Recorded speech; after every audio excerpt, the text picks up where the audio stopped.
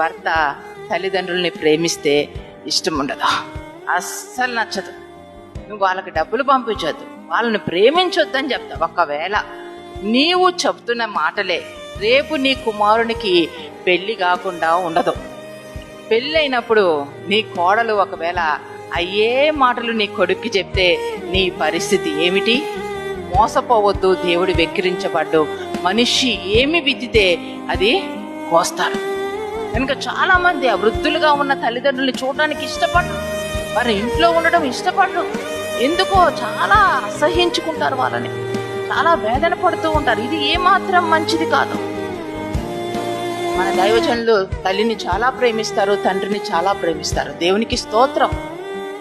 ఎవరైతే తల్లిదండ్రుల్ని ఎక్కువగా ఇష్టపడి ప్రేమిస్తారో వారు వారిని బిడ్డల్ని కూడా అత్యధికంగా ప్రేమిస్తారు, వారిని ఎంతగానో ఆదరిస్తారు, చూసుకుంటారు. అది మీరు నమ్మండి. తల్లిదండ్రులు కన్న తల్లిదండ్రులనే చూసుకోకుండా కసాయివాడిగా బతికితే అతనికి ఇంకా భార్య మీద కూడా ప్రేమ ఉండదు, కుటుంబం మీద కూడా ప్రేమ ఉండదు. ఎవరైతే తల్లిని తండ్రిని ఎక్కువ పట్టించుకుంటారో వారు ప్రేమ కలిగిన వారని మీరు నమ్మండి. నాకు 2 కుమారుల్ని ఇచ్చాడు దేవుడు, సాహస్ ప్రిన్స్, సోహాస్ ప్రిన్స్. ప్రతి విషయంలో నన్ను బాగా ప్రేమిస్తారు. సోహాస్ బాబు అయితే సేమియా అట్లా స్వీట్ తీసుకొని వస్తే, మమ్మీ కూర్చో, నేను నీకు స్పూన్